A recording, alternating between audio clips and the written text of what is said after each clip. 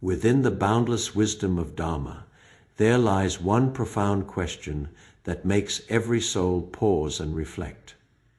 After we pass away, what exactly continues on in the cycle of reincarnation?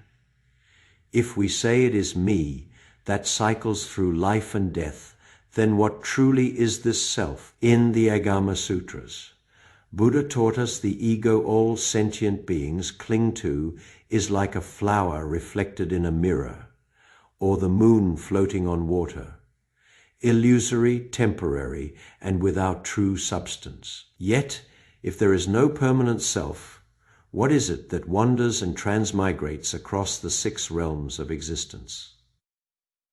This question is far more than just life and death. It cuts straight to the deepest mystery of human existence itself. In the Shurangama Sutra, Buddha questioned Ananda with the 7 investigations of the mind. Where is your mind located? This single inquiry has stirred eternal contemplation for thousands of years. What is the true essence of a human being? How should we view life and death? Is there a way to transcend birth and mortality entirely? Ancient Buddhist wisdom holds the answers to all these timeless questions. Picture the quiet dawn at the Bamboo Grove Monastery. Soft sunlight filters through the gaps of forest branches, painting dappled light and shadows across the ground.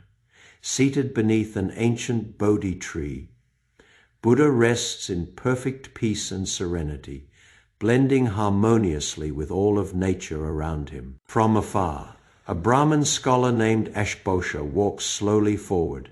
He is a great wise man of his time, master of the 4 Vedas and 6 classical scriptures, forever debating scholars of different schools of thought.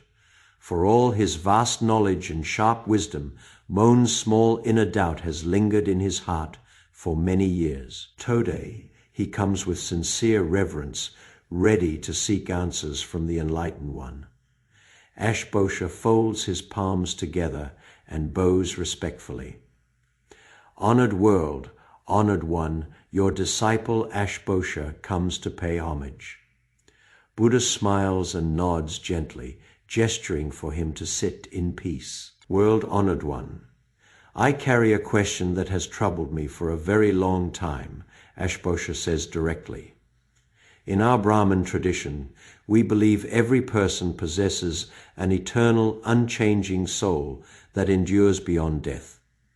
Materialist schools claim life ends completely with death, that everything vanishes once a person passes. The Vedanta school teaches our true essence is pure consciousness.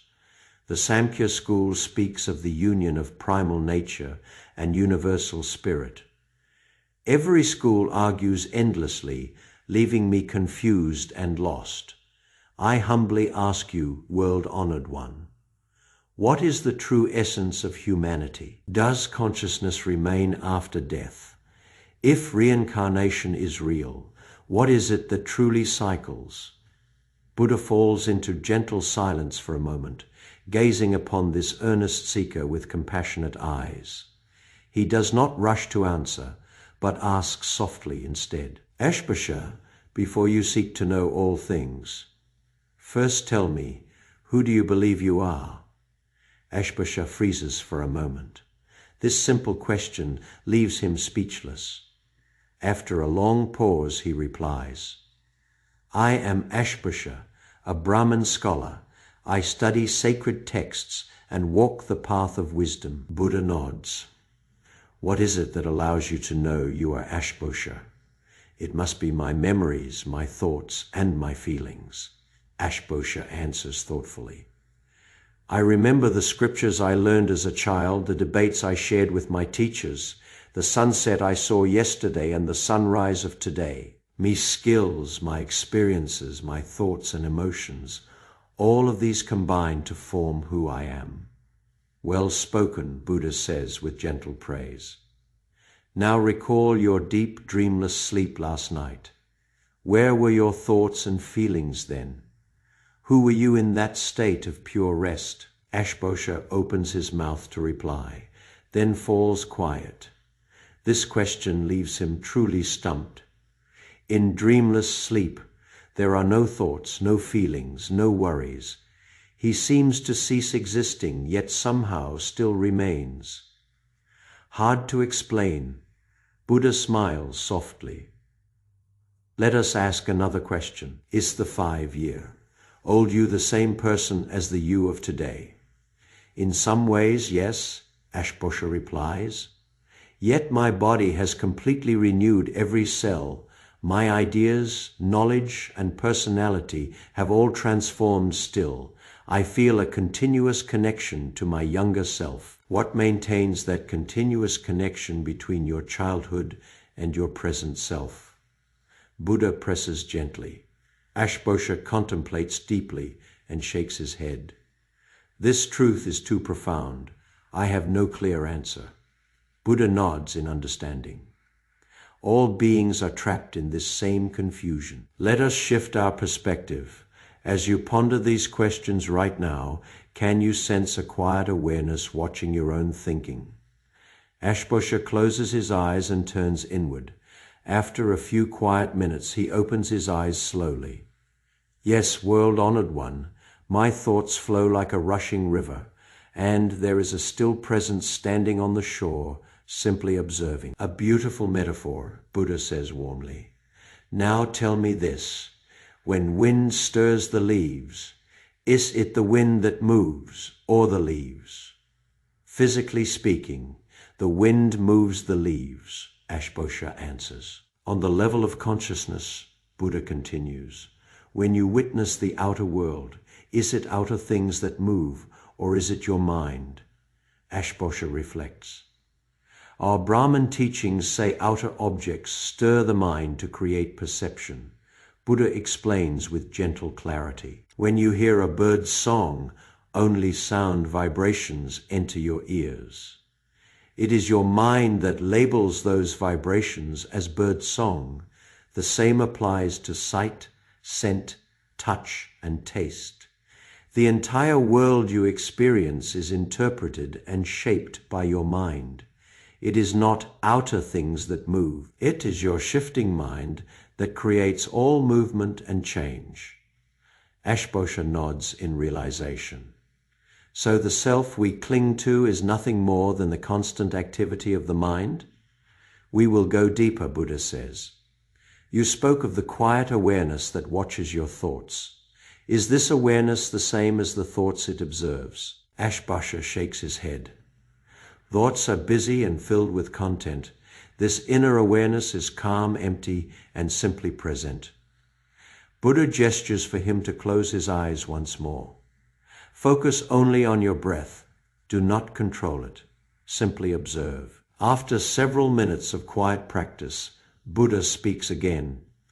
What do you notice? My breath quickens and slows, deepens and lightens. Countless random thoughts distract my focus. At every time I wander away, I am aware of my distraction and gently return to my breath. Who notices your wandering mind? Who pulls your focus back to the present? Buddha asks. In this moment, Ashbosha touches a subtle, profound realization. It is pure, unchanging awareness. It is not my emotions or my random thoughts. It is the silent witness behind everything I feel and think, a self far deeper than the ego I know. Buddha's eyes glow with timeless wisdom. You have reached the core. This pure, unbroken awareness is what we call the true mind in Dharma. Not the restless thinking mind, but the fundamental nature of consciousness, also known as Buddha nature. This awareness is unborn and undying, never increasing or decreasing, untainted by darkness or purity, beyond coming and going. Ashbosha asks earnestly, what separates this deep awareness from my daily thinking and emotional mind? Are they two sides of one essence or entirely different? Buddha picks up an oil lamp beside them. Observe this flame. It flickers and sways, brightening and dimming with every moment. yet the lamp's inner light remains steady in its purpose. Your thoughts and emotions are like the flickering flame, ever changing, unstable, and temporary. The awareness that witnesses all change is like the unshifting light within the lamp, eternal and unwavering. There are two layers of the mind within every person. The surface mind is restless, reactive, and constantly shifting, like waves crashing upon the ocean's surface. The deeper true mind is silent, stable, and unchanging. Like the endless ocean itself, waves rise and fall, but the essence of water never changes. Ashbosha understands, yet still holds doubt. Do both disappear entirely? Buddha speaks softly. Imagine waking from a terrifying nightmare. The fear and suffering of the dream vanish instantly. Yet your core consciousness remains unharmed. Death and life share this same relationship as dreams and waking. Your surface thinking mind fades away with the end of physical life, just like the stories within a dream. Your deeper awareness remains eternal, just like the consciousness that dreams and awakens. Most people fear death only because they never recognize this true inner nature. They are like lost souls trapped in a nightmare, terrified by illusions they mistake for reality. Does recognizing this eternal awareness free us from the fear of death? Ashbosha asks. Far more than that, Buddha replies.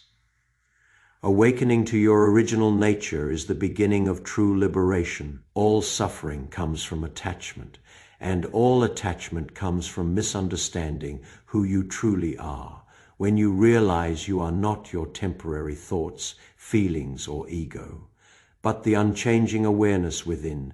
Attachment fades naturally, and suffering melts away. Ashbosha leans forward.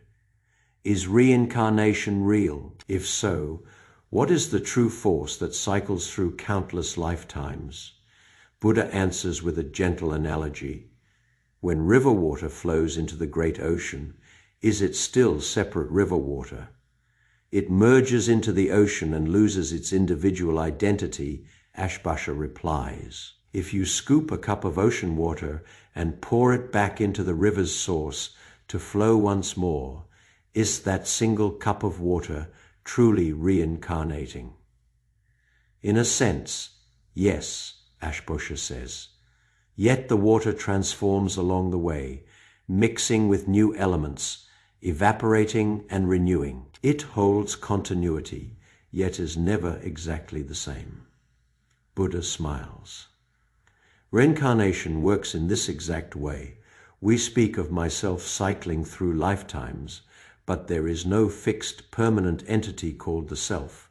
Only temporary phenomena sustained by karmic causes and conditions continue in endless continuity. Think again of this oil lamp. Its flame lights another dark lamp. The new flame arises from the old. Yet it is never the same flame. This is the profound truth of dependent origination and emptiness. Ashbosha furrows his brow. You have recalled countless past lifetimes. World-honored one, does this not prove a continuous eternal self? If no self exists, who carries karmic memory across lives? Buddha laughs softly.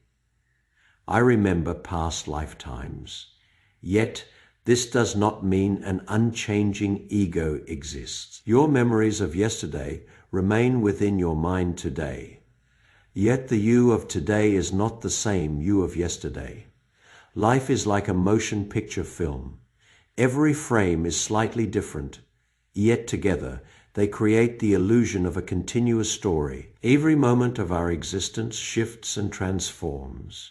Yet gradual change tricks us into believing in a permanent self. Ashbosha breathes deeply. Your teachings reveal an entirely new truth. We carry two versions of ourselves, the temporary outer ego we know, and the eternal inner essence that transcends life and death. You stand at the edge of great awakening, Buddha says. Contemplate deeply. What is your true self? What leaves at death? What exists beyond mortality? He who recognizes their original nature breaks free from the cycle of samsara entirely. Ashbosha's heart burns with sincere longing. Please guide me further. What is this original nature? How may I awaken to it? Buddha pauses, letting the wind and birdsong fill the quiet space. Listen closely to the world around you right now. You hear birds singing and wind moving through trees. Your ears receive sound and your mind labels what you hear. If you let go of all labels and judgments and simply listen in pure awareness, what remains? Ashbosha quiets his mind and listens fully. The sounds still exist. Yet there are no labels, no stories, no judgments, only pure, direct sensory experience. This unlabeled, unfiltered awareness is one glimpse of your original nature, Buddha explains. When you no longer separate yourself from the world, no longer divide existence into self and other, you draw near to ultimate truth. Look at this fallen leaf in my palm. Where did it come from? It grows from a tree, the tree grows from a seed, and all life connects in endless cycles. No single thing exists independently. The leaf relies on sunlight, water, air, and soil to live. Human beings are no different. We exist through countless causes and conditions: parents, food, air, sunlight, and connection. I do not teach that we do not exist. I teach that no independent, unchanging self exists. We are all temporary unions of conditions. This is the core truth of non-self and dependent origination. Ashbosha asks slowly, if no permanent self exists, what is the purpose of spiritual practice? Who practices the path and who gains liberation? Buddha answers with a gentle metaphor. A boat carries travelers across a great river. Once you reach the far shore, you leave the boat behind. The concept of the self is a boat to carry us across the ocean of birth and death. Eventually, even this idea must be released. Spiritual practice is the gradual letting go of the false ego. A river flows endlessly from the mountains to the sea. Every drop of water is new. Yet the river holds unbroken continuity. Liberation is not gaining something new. It is simply letting go of illusions and returning to your pure, inherent Buddha nature. Dark clouds cover the moon, but the moon is always shining bright behind the mist. Spiritual practice clears away the clouds of delusion to reveal the truth that has always been within you. Remember this. Even the idea of original nature is merely a tool. Clinging to spiritual concepts creates new chains of attachment. True liberation transcends all words, labels, and ideas. It can only be felt through direct inner experience. Peace settles between them as temple bells ring softly in the distance. Ashbosha asks one final vital question. If all life is impermanent and conditioned, what meaning do morality, virtue, and karmic justice hold? Because all life is interconnected, Buddha replies. Your actions ripple outward to touch every living being, and every action carries its own natural fruit. Kindness plants seeds of peace and joy. Cruelty sows suffering and pain. No divine judge rewards or punishes us. Our choices shape our reality through universal karmic law. Understanding karma does not bind you to fate.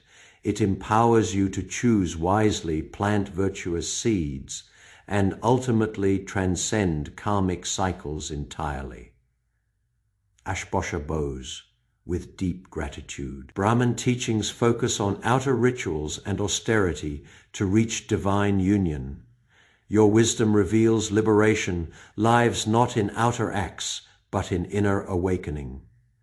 Rituals and discipline may serve as helpful tools, Buddha says, but they are never the final destination. True practice is inner observation and clear seeing. Every living being holds equal potential for awakening. Scriptures, rituals, meditation, and sacred teachings are only fingers pointing toward the moon. Never mistake the finger for the moon itself. I finally understand, Ashbosha says softly. Practice is not search. It is recognizing what has always been inside. It is not becoming new, but remembering who we truly are. Buddha nods in quiet affirmation. Begin your journey simply. Abide in present awareness. Watch your breath, observe your thoughts, and never let your mind drag you into endless hear sounds without labeling, feel emotions without becoming consumed. Walk the path with compassion and wisdom as your two wings. Compassion without wisdom becomes blind. Wisdom without compassion grows cold and empty. Hold an open heart, release all rigid beliefs, and experience truth. This is the timeless path of awakening. Ashbosha bows deeply once more. Thank you for your boundless compassion and wisdom. Your light clears the fog within my heart. I will walk this path of awareness and one day uncover the ultimate truth of life and death. Buddha's final words echo gently in the breeze. The mystery of life and death is not far away. It lives within your own heart. Awakening is found in the here and now. Your true nature is always complete and whole. You need not wait for future lifetimes.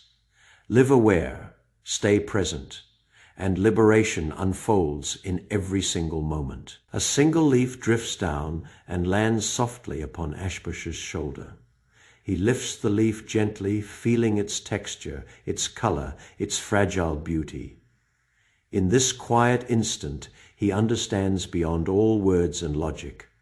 Life is not about solving every question. It is about living fully in the wholeness of the present. The wind still blows through the bamboo grove. Birds still sing in the trees. Yet every corner of Ashbosha's world is reborn and renewed. The mystery of reincarnation and mortality may never be fully explained by language. Yet, deep within silent awareness, every answer already exists. Through every birth and every death, through every journey of reincarnation, your true original nature never changes. To recognize this truth is the beginning of practice and also its ultimate end. Thank you so much for watching this profound Dharma teaching here on Sacred Dharma. If this ancient wisdom touched your heart and awakened your mind, please hit the like button and subscribe to our channel. Turn on the notification bell so you never miss our timeless spiritual lessons, Buddhist parables, and inner healing wisdom. Drop a comment below and share your thoughts. What do you believe continues? Have you ever felt that quiet inner awareness watching your thoughts? Share this video with every seeker of truth, every spiritual traveler, and anyone questioning life, death, and the mystery of reincarnation. We walk the path of awakening together, one mindful moment at a time. I will see you in our next Sacred Dharma journey. Peace and blessings.